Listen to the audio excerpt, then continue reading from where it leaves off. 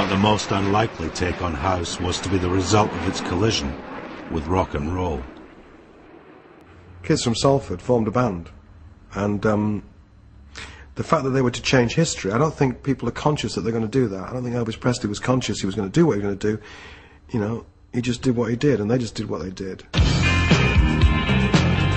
Formed in Manchester in the mid-80s, the Happy Mondays started life as a typical indie rock band.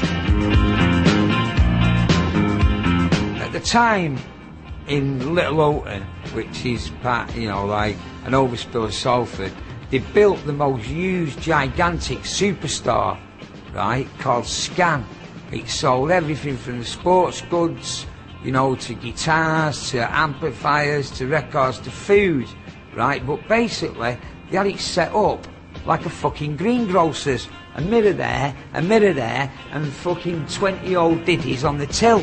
We used to go shopping with our mum and dad, right, and we purposely put our fishtail parkas on. Darts down there, they'd sold air guns down in your lining. They had these country and western amps in, right, which was fucked. And you could literally get away with carrying these things out. But it was during the recording of their second album, Bummed, that the Mondays started to absorb the twin influences of house music and ecstasy. 20 or 30 of our friends had come down to this little club. So we gave the DJ some new records to play, right? Put a pill down his neck, and we're all dancing like this and having a great time. And then there's all these squaddies, and all looking like that. What's your fucking mate looking at, and why are you dancing like that? You taking the piss? So me and another pal of ours, I won't mention his name, said to this guy, look, just put one of them in your mouth, and in an hour's time, right, just trust us, in an hour's time, you'll enjoy yourself, and there'll be no fighting, and you'll be dancing like us. He ends up scrounging like about 30 pills for all his squaddy mates. So 2 hours later, we've got all these squaddies in this thing doing this, you know, and dancing and going, saying, this is the best thing, I don't want to go back in the army and all that lot. So there we are in Driffield, and I drove over there, but in between that and finding all these squaddies looking for the Mondays in the local pub, I finally find the studio in this courtyard and go in the recording room, and there's Martin Hannett recording a wonderful rock track, God knows which one. And then I go across the courtyard to what is normally where musicians play pool and hang out and drink coffee and get bored. And all I could hear was coming out of this space, and there was no lights on. I remember opening the door, and it was pitch dark, and stumbling over bodies and lots of black vinyl. And across the way, they were recording this rock album, but in this room, they were all lying on the floor, out of their heads, just playing this weird, obscure, American imported house music. To put a house beat into their indie rock, the Mondays brought a DJ into the studio. Rope for Luck was just... The way I approach that mix is what works on the dance floor.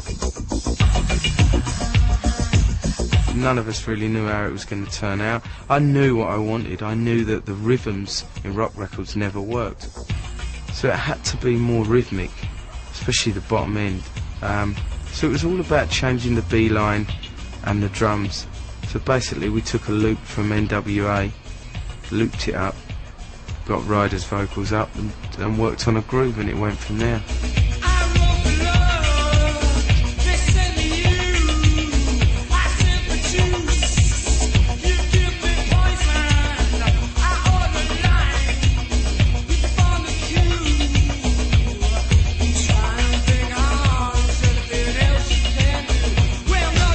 Well, what he brought to it, right, was he brought that sort of trance to it.